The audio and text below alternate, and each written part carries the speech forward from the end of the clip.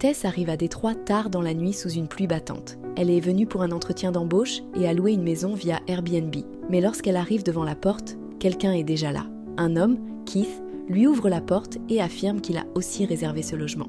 Problème, il est tard, le quartier est lugubre et il n'y a pas d'hôtel disponible. Que faire? Partir et risquer de dormir dehors ou entrer malgré l'inconfort? Elle finit par accepter l'offre de Keith. Passer au moins une nuit à l'intérieur.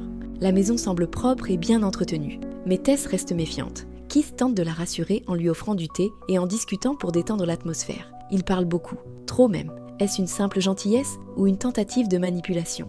Pendant la nuit, sa porte de chambre, qu'elle avait fermée à clé, est maintenant ouverte. Elle se lève et aperçoit Keith qui dort profondément sur le canapé. Lui aussi semble avoir vécu un étrange cauchemar. Était-ce un courant d'air? Quelqu'un d'autre est-il entré?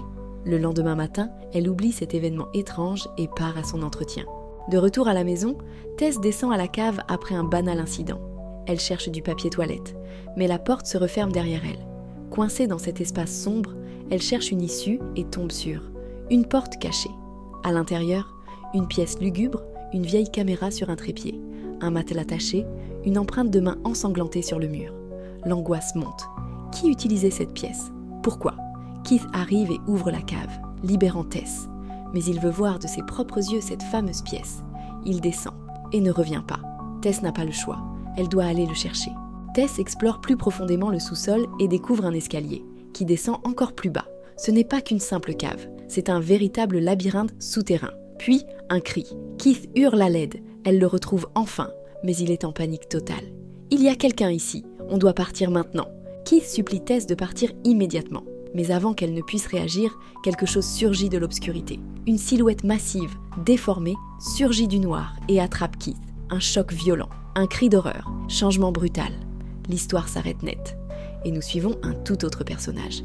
Quelque part à Los Angeles, un acteur hollywoodien nommé A.J. reçoit un appel. Mauvaise nouvelle.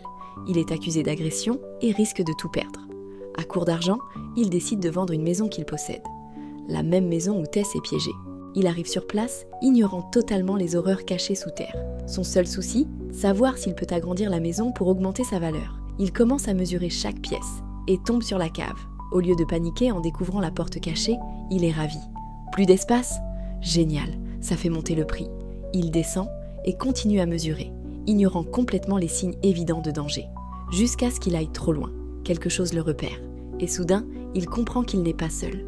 À travers un flashback, on découvre enfin les origines sombres de cette maison. Des décennies plus tôt, un homme vivait ici. Un homme aux intentions sinistres. Il observait ses voisines, les suivait discrètement. Et un jour, il ne s'est pas contenté de les observer. Ce qui se cache sous la maison est le fruit de ses actes monstrueux. Tess n'a pas dit son dernier mot. Elle est toujours là, piégée, mais elle cherche une issue. Elle sait qu'elle doit se battre pour survivre. Tess sait qu'elle doit fuir, mais la créature qui rôde dans l'ombre ne la laissera pas partir si facilement. Un dernier affrontement se prépare. Ce lieu n'a jamais été une maison ordinaire. Il cache des décennies d'horreur que personne n'aurait jamais dû découvrir. Mais maintenant que Tess et AJ savent, ils doivent en payer le prix. La seule sortie, affronter la terreur en face ou devenir une nouvelle victime de cette maison maudite.